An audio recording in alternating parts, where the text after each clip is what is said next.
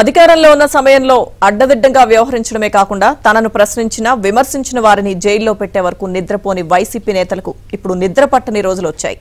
మాజీ ముఖ్యమంత్రి వైఎస్ జగన్ అధికారం కోల్పోయిన తర్వాత ఆయనపై శుక్రవారం తొలి ఎఫ్ఐఆర్ నమోదైంది. మాజీ ఎంపీ ప్రస్తుత ఎమ్మెల్యే రఘురామకృష్ణరాజును కస్టడీలో టార్చర్ పెట్టిన కేసుకు సంబంధించి జగన్ అడ్డంగా బుక్ అయ్యారు.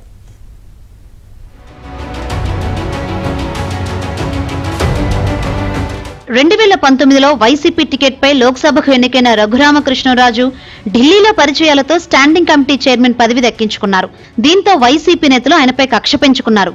అప్పట్లో పార్లమెంటరీ పార్టీ నేతగా ఉన్న మిథున్ రెడ్డి, విజయసాయిరెడ్డి అనుమతి లేకుండా ఆయన స్వతంత్రంగా వ్యవహరిస్తున్నారని జగన్ కు ఫిర్యాదులు వెళ్లాయి. ప్రభుత్వంపై కూడా విమర్శలు చేస్తున్నారని రఘురామరాజుపై జగన్ కు చెప్పారు. దీంతో వైసీపీ అధినేత రఘురామరాజును పక్కన పెట్టడం ప్రారంభించారు. ఆ తర్వాత రఘురామరాజు కూడా వైసీపీ అధినేత జగన్, పార్టీ నేత విజయసాయిరెడ్డి, అప్పట్లో ప్రభుత్వ సలహాదారుడుగా ఉన్న సజ్జల రామకృష్ణారెడ్డిపై పలు అంశాల గురించి విమర్శలు చేశారు.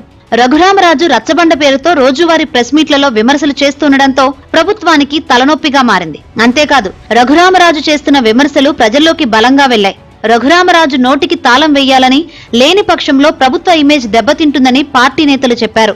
వెంటనే జగన్ అప్పట్లో సిఐడి డీజీగా ఉన్న సునీల్ కుమార్ కు రఘురామరాజు టాస్క్ అప్పజెప్పినట్లు ప్రచారం జరిగింది. జగన్ ఆదేశాల మేరకు రఘురామరాజుపై 2021 మే 14వ తేదీన ఎఫ్ఐఆర్ నమోదు చేశారు. అదే రోజు సిఐడి అధికారులు అరెస్ట్ చేసి గుంటూరు సిఐడి ప్రాంతీయ కార్యాలయానికి తీసుకొచ్చి 3rd డిగ్రీ ప్రయోగించారు. ఈ అంశంపైనే 3 సంవత్సరాల తర్వాత రఘురామరాజు ఇచ్చిన ఫిర్యాదుపై పోలీసులు కేసు నమోదు చేశారు.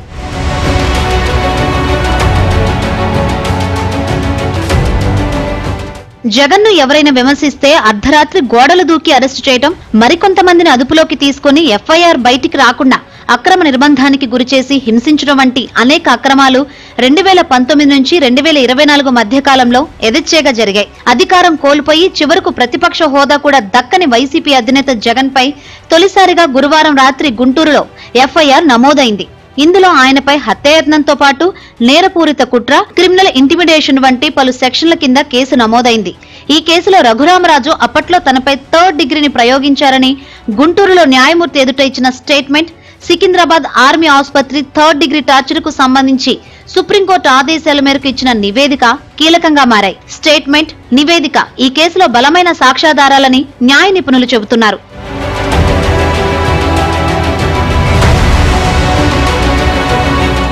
మాజీ ముఖ్యమంత్రి జగన్ పై హత్యాయత్నం కేసు నమోదు కావడంతో వైసీపీ వర్గాలు కంగుతిన్నాయి.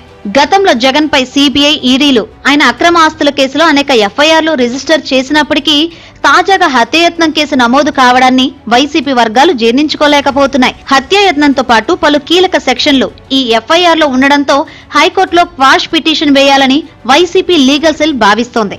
సోమవారం హైకోర్టును ఆశ్రయించే అవకాశం ఉంది. ఒకవేళ పోలీసులు ముందే ఏమైనా చర్యలు తీసుకుంటే మాత్రం హౌస్ మోషన్ మూవ్ చేసేందుకు కూడా ప్రయత్నిస్తున్నారు.